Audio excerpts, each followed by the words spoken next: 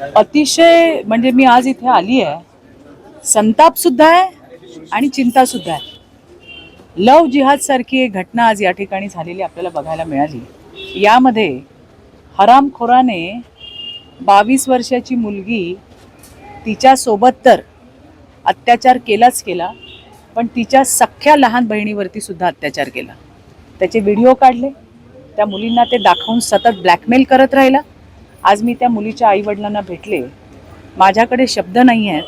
ते बोलत असताना आणि एक एक घटना सांगत असताना की कशा पद्धतीने मुलींना आपल्या जाळ्यामध्ये ओढून पूर्णपणे आपल्या कयात घेतल्यानंतर त्या मुलींचा गैरफायदा घेतला. ऐकताना सुद्धा आमचा जीव कापून निघत होता.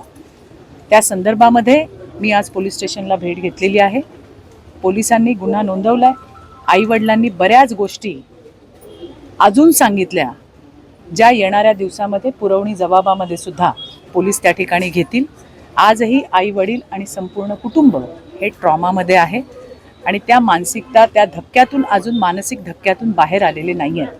त्यामुळे पोलिसांनाही आम्ही विनंती केली आहे की थोडा वेळ देऊन जसं जसं काही घटना आठवत आहेत त्या घटना त्या स्टेटमेंटमध्ये आल्या पाहिजे आणि पोलिसांची सुद्धा तशी भूमिका आहे.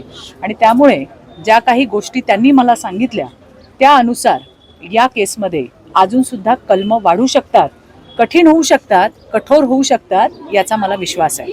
याच्यावरती पोलीस काम करतायत. त्याचबरोबरीने आणखीन काही करता येत आहे. तो मुलगा ज्याने या 2 मुलींवरती अत्याचार केला त्याचं घर सुद्धा इल्लीगल आहे आणि ते घर तोडल्याशिवाय आम्ही कोणी शांत बसणार नाही. अशा पद्धतीने ही विकृती फोफावताना या डहाणूमध्ये, पालघर जिल्ह्यामध्ये दिसते. ही तर एक केस झाली. याच्याशिवाय आज दुपारीच दुसरी केस आली, ज्यामध्ये मी तुम्हाला हे दाखवतेय. हे बघा, हे उर्दूमध्ये काहीतरी लिहिलेलं आहे. हे बघा, हे बघा, हे बघा, हा कागद ज्यामध्ये उर्दूत काहीतरी लिहिलेलं आहे. हे पाणी टाकणार याच्यावरती आणि मुलींना प्यायला देतात, अशी तक्रार एका मुलीने केलेली आहे. त्याचा सुद्धा कॉग्निझन्स पोलिसांनी घेतलेला आहे. हे काय आहे? हे कसलं पाणी आहे? हे काय मंत्र आहेत की याच्यामध्ये काहीतरी गुंगी येण्यासारखं मिसळलेलं आहे?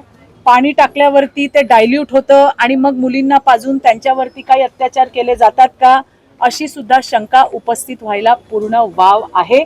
आणि या संदर्भात सुद्धा दुपारी 2 वाजताच पोलिसांनी तक्रार घेतलेली आहे. यासोबतच अतिशय धक्कादायक गोष्टी या डहाणू आणि पालघरमध्ये आपल्याला होताना दिसत आहेत की ज्याला आपण म्हणू मेजर वयाच्या मुली, म्हणजे 18 वर्षाच्या वरच्या मुली, सज्ञान मुली ज्याला आपण म्हणतो, या मुलींचा स्टुडंट विजा काढून त्यांना थेट लंडनला घेऊन जाण्यात जात आहे.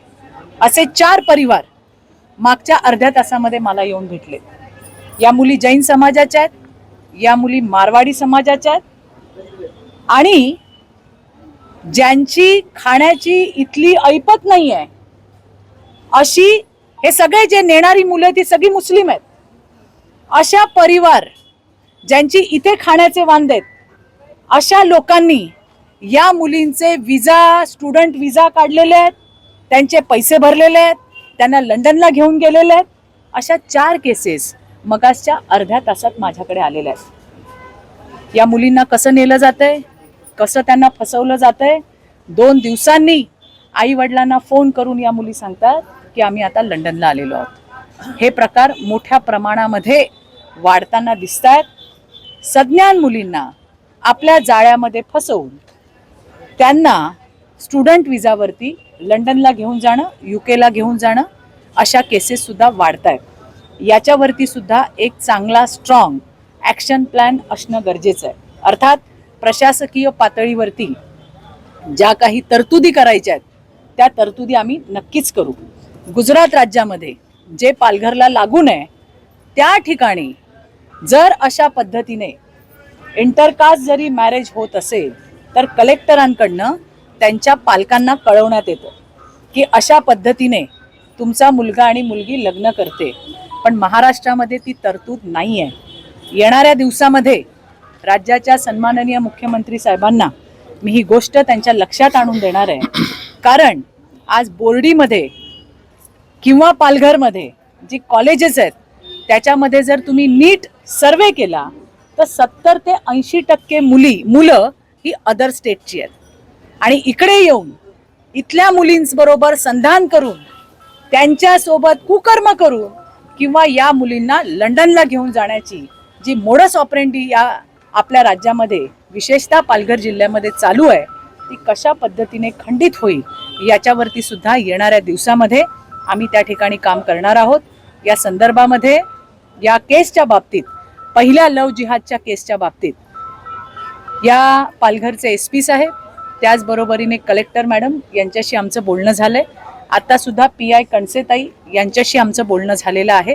आणि येणाऱ्या दिवसामध्ये अशा घटनांना अटकाव कसा करता येईल, आपल्या मुलीबाळींना कसं सुरक्षित ठेवता येईल याच्यासाठी आम्ही सगळेजण काम करणार आहोत. या संदर्भामध्ये आज मी डहाणूला आले होते.